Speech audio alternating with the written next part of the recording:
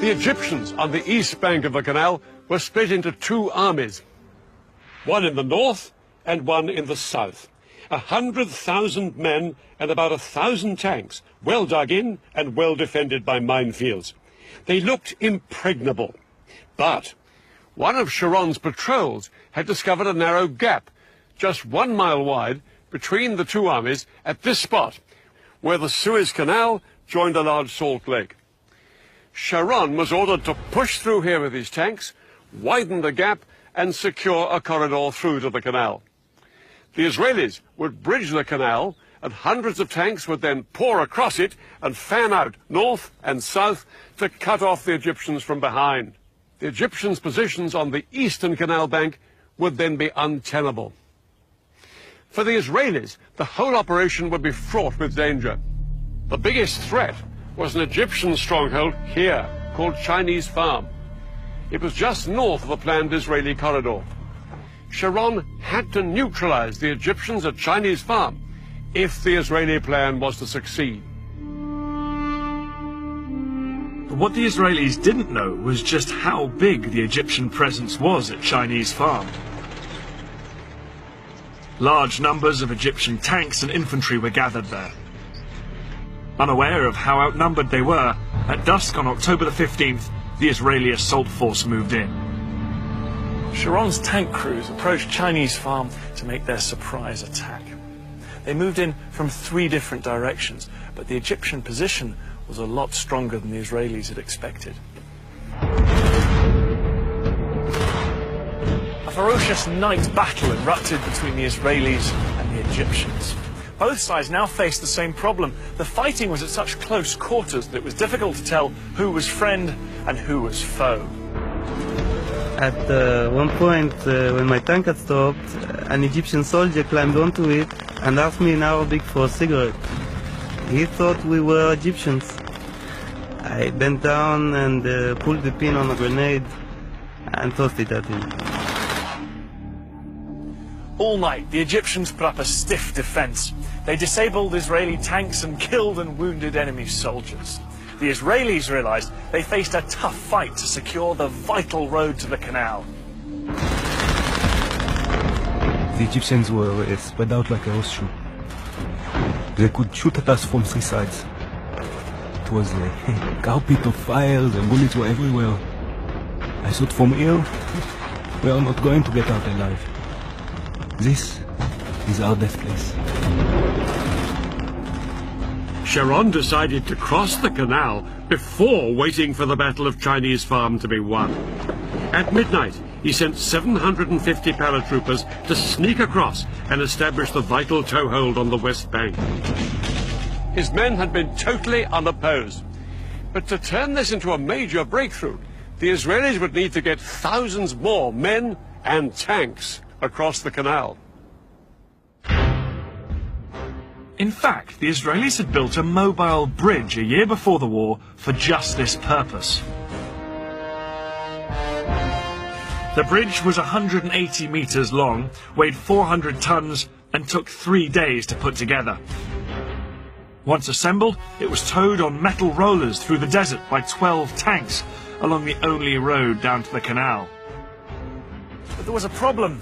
Because of the fighting still raging at Chinese Farm, the road to the canal was blocked by a huge traffic jam.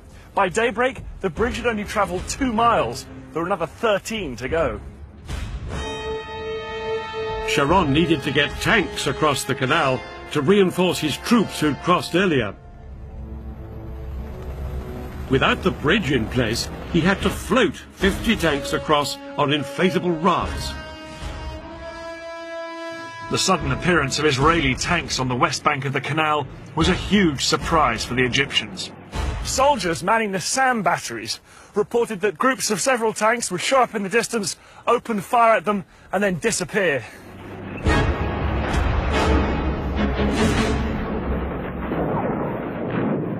Later that day, on the evening of October the 16th, the Israeli Prime Minister Golda Meir triumphantly told the Israeli parliament their troops had crossed the canal into Africa.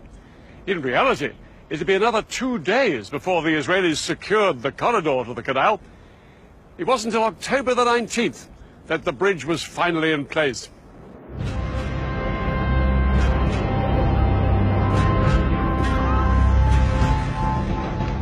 As Israeli tanks surged across the bridge, they came under heavy bombardment from Egyptian artillery and aircraft.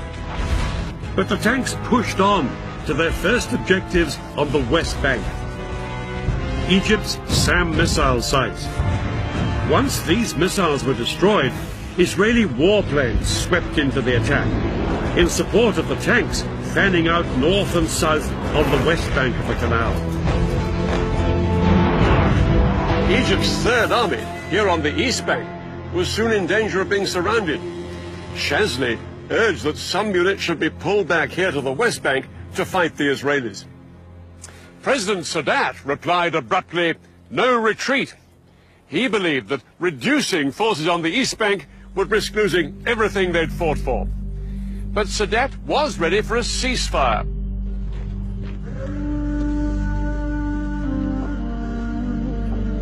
It was announced on the 22nd of October. The Israelis agreed to the ceasefire as well, but in reality ignored it and pushed on south to secure more land west of the canal.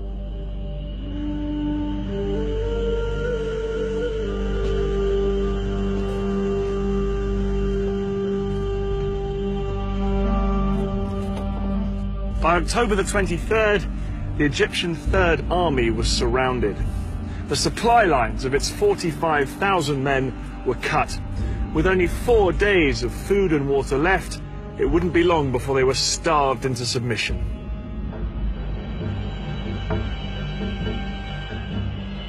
Some Egyptian soldiers were so desperate they surrendered. Others hung on. No food come to us, no munitions come to us, no evacuation of any injured, no water, and we didn't need gas because we weren't going anywhere. And just when it seemed to be over, the war took a dramatic turn.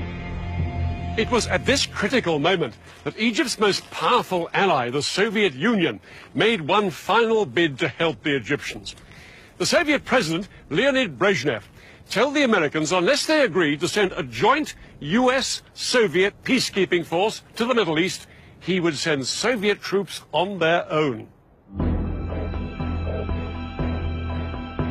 The Americans were determined that no Soviet troops would enter the Middle East. In a sudden escalation, America put its nuclear forces on alert. US nuclear missiles were readied in their silos, and 2 aircraft carriers with nuclear strike forces were ordered to the eastern Mediterranean. The implied threat of nuclear war forced Brezhnev to make a choice: to escalate or to climb down.